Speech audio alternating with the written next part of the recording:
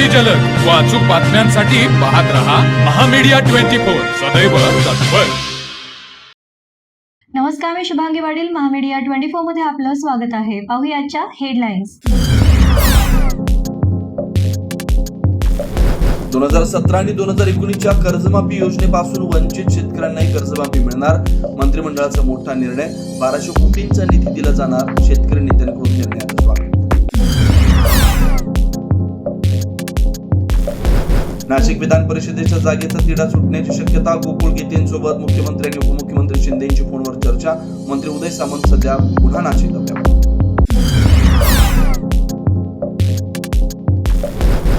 राज्यसभेसाठी राष्ट्रवादीत प्रवेशाची अट अमान्य. भाजपच्या नवनीत राणांचं स्पष्टीकरण. उमेदवारी देण्याची सुनेत्रा आणि पार्थ पवारांची इच्छा. राणा यांचं वक्तव्य. सुनील तटकरेंचा राणांवर बोलायला नकार.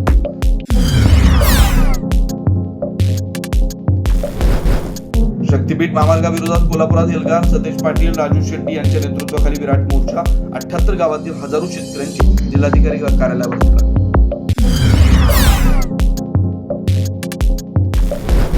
नाशिक मधल्या टीसीएस प्रकरणातील चार्जशीट मधून धक्कादायक खुलासे समोर. पीडित तरुणीला मलेशियाला पाठवण्याचा होता कट, तर अरबी भाषा बुरखाडी नावाची ट्रेनिंग पीडितेला दिली. मुंबईत खासगी पाणी टँकर चालकांच्या संपावर तोडगा निघण्याची शक्यता. थोड्याच वेळात टँकर असोसिएशनची मुख्यमंत्र्यांसोबत बैठक. नांदेड, हिंगोली, जळगावात वादळी वाऱ्यासह पावसाचा तडाखा. केळी भागात जमीनदोस्त. नांदेडमध्ये रस्ते जलवाय. वीज पडून म्हशीचा मृत्यू. तर कोकणात मान्सूनच्या सरींमुळे शेती कामांना सुरुवात.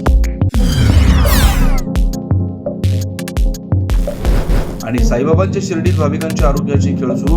मंदिर परिसरात असणाऱ्या शेकडो प्रसादांच्या दुकानावर भेसळयुक्त आणि निकृष्ट दर्जाच्या पेढ्यांची विक्री.